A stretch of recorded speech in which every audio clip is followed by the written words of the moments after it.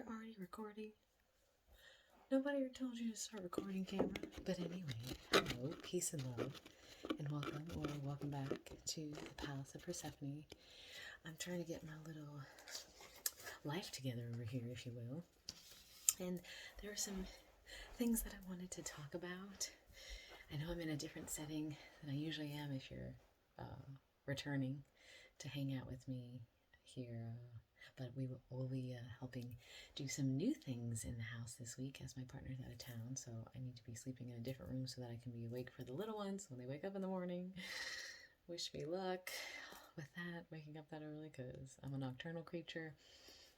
I already use this app on my phone.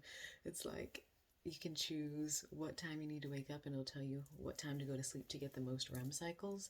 And then there's one where you can say, I need to wake up at this time. It'll tell you when to go to sleep. So that's what's happening. So I told myself I was going to record a video tonight, and that's what I'm doing. That's what's happening. Thank you so much for joining me for this. And my camera, first of all, when I turned it on, it was like, too dark, too dark. And I'm thinking, actually, as an Ethostilian person, it's not dark enough. I actually feel like it's still too bright in here.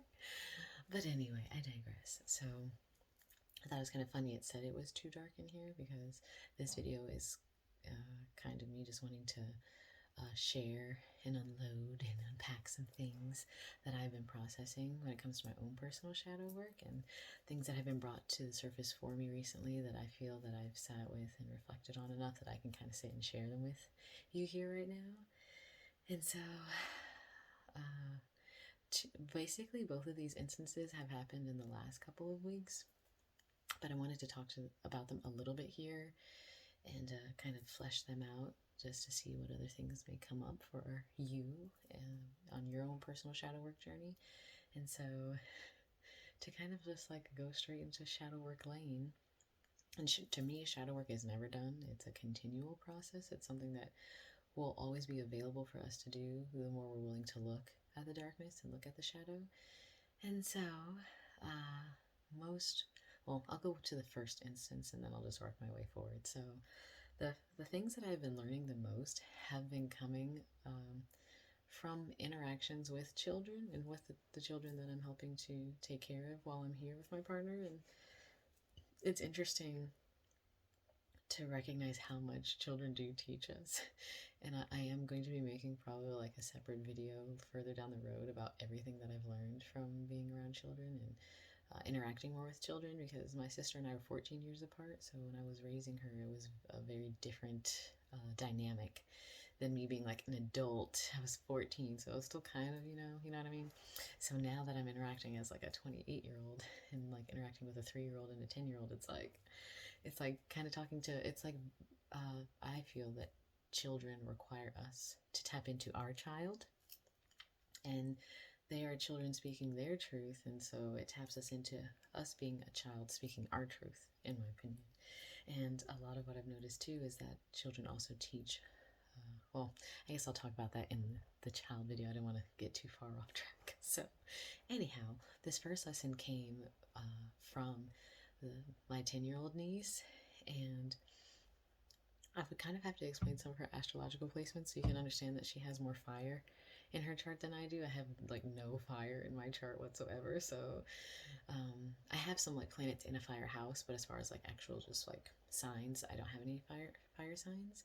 And so some of her energy is something new to me. It's something I'm learning to work with, especially since I'm a Libra moon and she's an Aries moon. Those signs are opposite one another, so we really do teach one another a lot.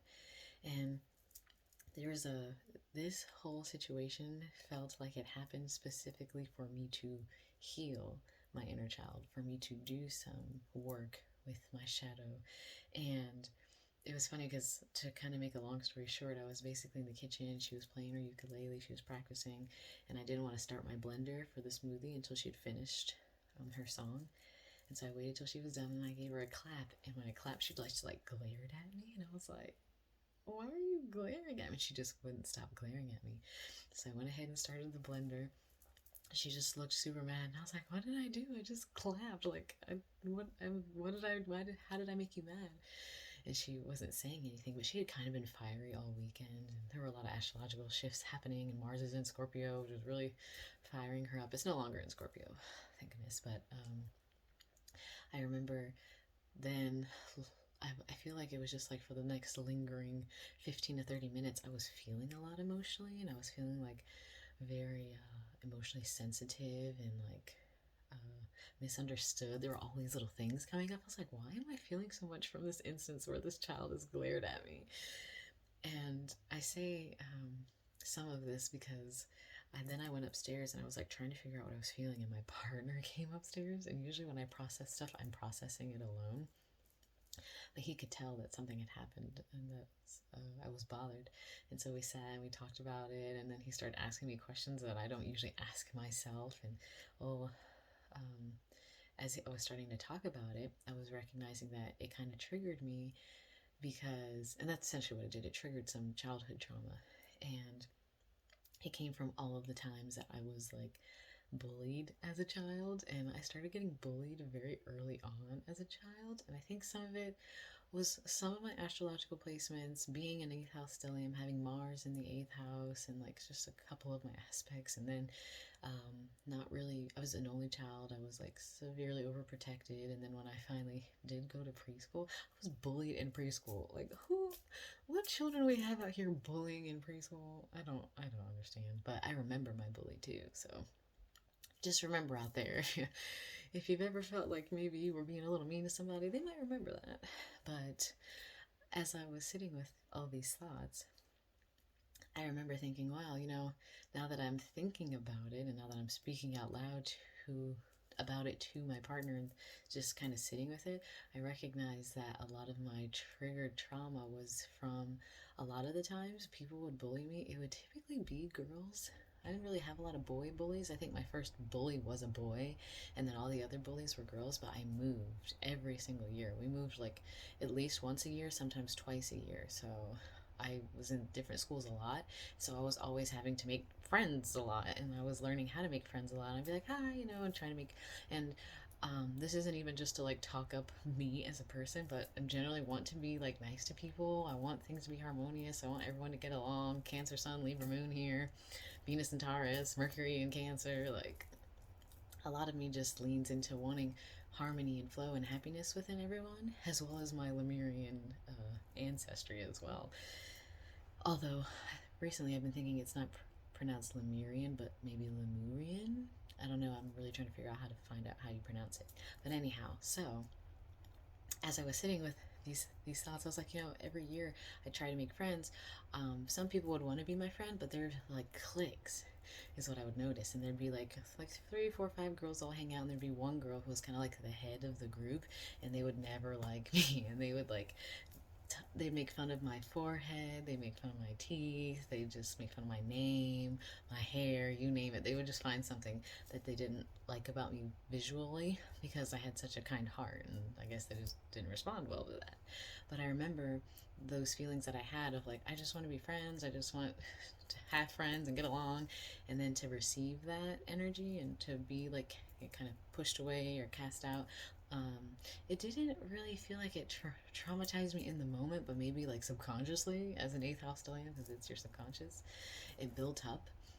And so Haven, my niece glaring at me, really triggered that, like people being mad at me or angry at me or like ostracizing me but not understanding why or understanding what I did wrong, because all those times when I was trying to make friends I was like, well, I don't know what I did. I just want friends. I just want to be your friend, or and so I was glad that happened. And later on in the day, I guess someone had spoken to her about how it had felt about it, so she came and talked to me, and I was able to explain to her, which was really cool because she's 10. I was able to explain to her, like, it wasn't you specifically that made me so upset. The experience that we shared with one another this morning triggered trauma for me as a child that I didn't work on. So I'm actually glad that it happened because I was able to process some things that I didn't realize I hadn't. And so I was processing this and like realizing, like, no, I was a kind kid and I just wanted friends. And some people are just, when they see your light, they want to dim it, or when you're shining and doing that, some people who haven't found their own light yet or understood how they shine kind of want to dim yours to make themselves feel better. And I understand all that. So I was able to release a lot of that because I was conscious of it. Like, I was definitely subconscious, like, oh snap, that's right, I did used to get bullied a lot. Oh yeah, that's right. And even like I got like, and I say bully because that's like the basic word, but kind of like more of like a pushed away, or like verbal abuse, kind of more than like physically. Like, I wasn't getting beat up or by girls or anything. I was getting verbally and emotionally abused. And that was happening to me even up until my senior year in high school.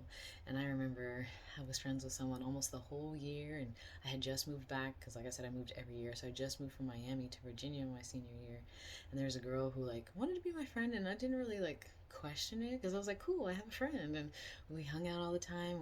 We always did a lot of stuff together, and then there were some things that I think about now where I'm like, that was probably kind of weird. Like, she would really want to like cuddle me every night if I went to stay at her house, and like she was always really on me. But then at the end of the year, I found out she sent me this long letter about how she was never really my friend and she never really liked me, and how could I not have noticed that she was only around me because she wanted to be with the guy that I dated, because apparently they had a thing over the summer before senior year, and then she thought it was going to continue, but then I went there and then he wanted to date me, which I had no idea about. And so yeah, so that turned into a whole thing. But I say all of these things to say that all of that occurred as a child, and kind of noticing that energy present within my life, recognizing that I didn't necessarily do anything wrong was really important, and something that my partner wanted to point out to me, like, well, you didn't do anything wrong, right? And I was like, I know, and I think that's why I got triggered with the trauma when I clapped for her at the end of her song and she glared at me. And I was like, what did I do? Because that's how I used to always feel, like, what did I do? What did I do? I don't know what I did. And so this kind of segues into something I also experienced recently that triggered some shadow work to be processed in terms of just friendships in general. And I won't delve into it in too much depth on here. I do plan to delve into it more on my Patreon because I just feel more comfortable to share it, like all the details there. So I'll be able to speak more like deeply about it in that realm. But just on a surface level of things, I essentially had another traumatic trigger come up that helped me reveal some things about my own self too. Shadow work that I need to work on. And so it kind of like led from one right into the other because of the trauma that she triggered. I also had a recent experience where a friend of mine and I are no longer necessarily like in a friendship boat anymore. And I remember when it occurred, I could tell like, oh, it doesn't seem like we're going to be friends anymore.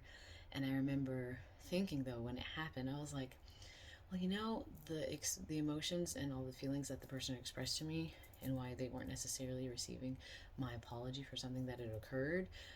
When I was reading all of this, I also was thinking in my own like intuition or my own subconscious self that a lot of the things that were being spoken probably could have been spoken by a lot of my friends that I've had, because I haven't always been the best friend. And that was some shadow work that that is some shadow work that I'm still processing now. Because after this occurred, I was still very jolted by the whole experience. And I was like, what happened? What did I do? And as I was sitting with it, I was like, well, from all the times that I've moved and been so used to like moving to a school, hi, and making friends, and then you make friends for the school year, and then you move, and then I'm like, okay, well, gonna make some new friends. And so like I'm so used to just like making friends where I go and having friends for a time and then just continuing on. But then I want to say a couple years ago, I got to a point in my life where I was staying in one state for a long time. I was in the same job. I was becoming to become more grounded and create roots. And then people like, I did have friends I would hang out with, like, maybe once a week or twice a week. And I remember thinking, like, in terms of how you create a long-term friendship, I do not know how to do that. I'm not going to say I do not know. I am in the process of learning how to do that. And like, the importance of communication and what people expect in a friendship, or what is expected in a friendship, or what people want in certain friendships, because every friendship is going to be different, obviously. But I do know that as I was speaking on that and kind of like fleshing out my emotions about it, that I think it will be important for me to communicate because of how often I've moved, how much I've traveled, how much I've just shifted around. That my friendships are kind of like a check in, see how we're doing, connect when we can connect, and if we can't, then that's kind of the flow of it. But that's not always the case for everyone. And so I realize like I need to do my own part in figuring out what people expect from me in friendships because some of what I was reading and the expression from my friend, I was like, I feel like a lot of my friends have probably felt this way and never said anything. And I remember speaking to my partner. I was like, I probably am not the best friend. I probably am not. I like, and it's not an intentional like. I want to be a really bad friend. It's not like I want to like. You know what I mean? It's not like I'm in consciously like choosing to do things that aren't being a good friend. But I remember thinking also that in terms of my own personality and just who I am as a person, like if you want to take like my personality type, my astrological makeup, the way I've been raised, just the flow of who I am, if if you take all those things into account and then take like I know who I am as a person and I know like my truth and I understand my intentions. I even experienced this with family as well, where sometimes the things I'll hear people say they think that I'm doing, I'm like, well, clearly you don't really know me then. You don't, because if you knew me, you would know that's not true. And so I've been sitting with my own stuff as well about, well, maybe I need to be more clear. I suck at texting. Not really that good at it. I suck at even getting on social media to do the work that I know I need to be doing to continue to build this palace that I'm building. And it's kind of like been a work in progress to put myself out there and to be in the technological realm and world and to kind of offer myself up on a platter again to be judged or to be, not received. But that's also something I'm working on letting go and not caring about because what is most important is just sharing what I feel called to share and not worrying who won't receive it but caring more about who will.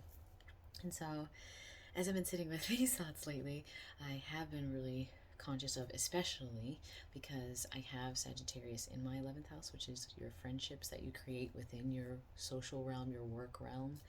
I have really been thinking my North Node is there. There's a new moon eclipse occurring there for me in terms of friendships.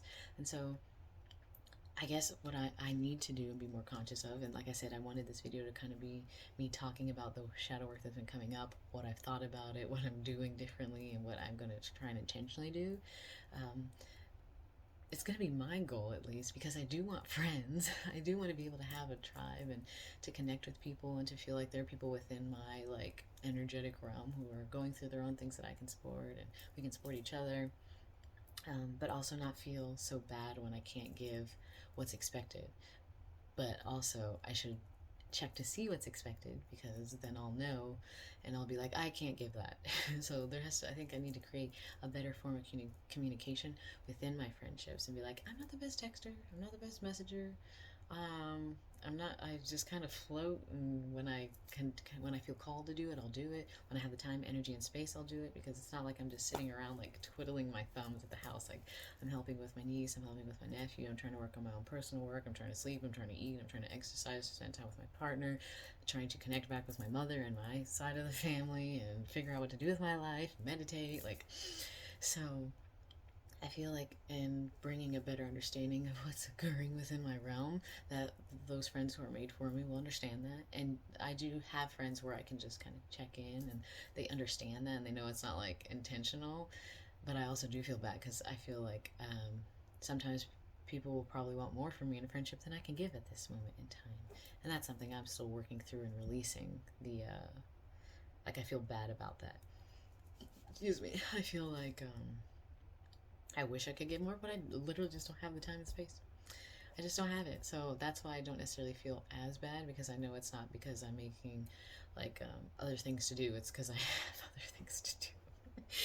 And so maybe it's, like I said, this eclipse that's coming up is really going to help me to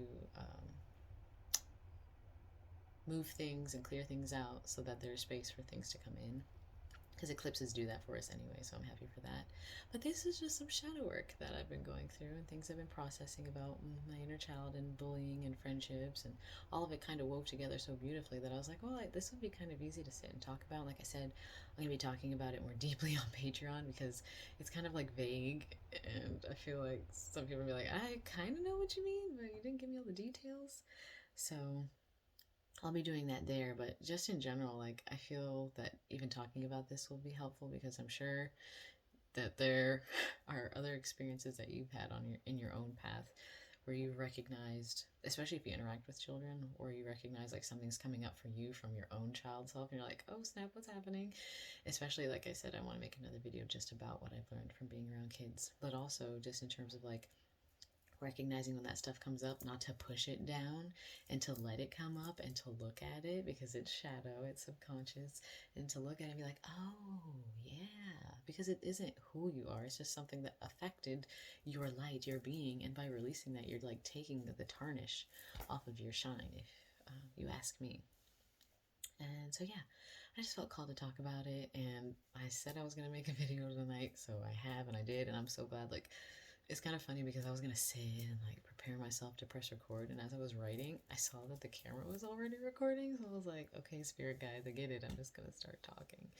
So thanks, spirit guides, for that. But yeah, I just felt called to speak on some shadow work. So if you have your own experiences, and I might make a little tag for 8th house stelliums because I think it might be 8th house stellium thing as well.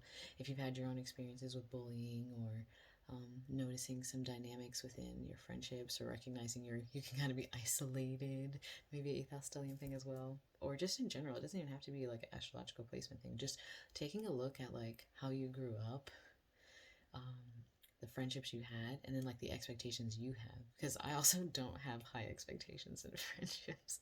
Like because I moved so much and I was always moving, if people could see me, awesome. If they couldn't, then I just kind of, okay, I kind of just took things as they came and went. So yeah, thank you for watching this and listening. Hopefully some shadow stuff comes up for you as well. I'm sure there will be many more of these to come.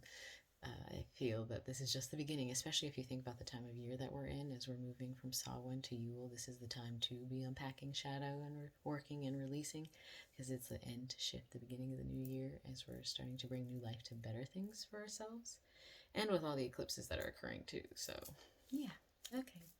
I'm not going to make this long just to make it long, because I'm very proud that it's at 22 minutes. Okay, thank you for watching this. If you feel called to communicate through the comment section, please do, because I love doing that. It's a great way for me to be a friend to other people because I can do it in that realm.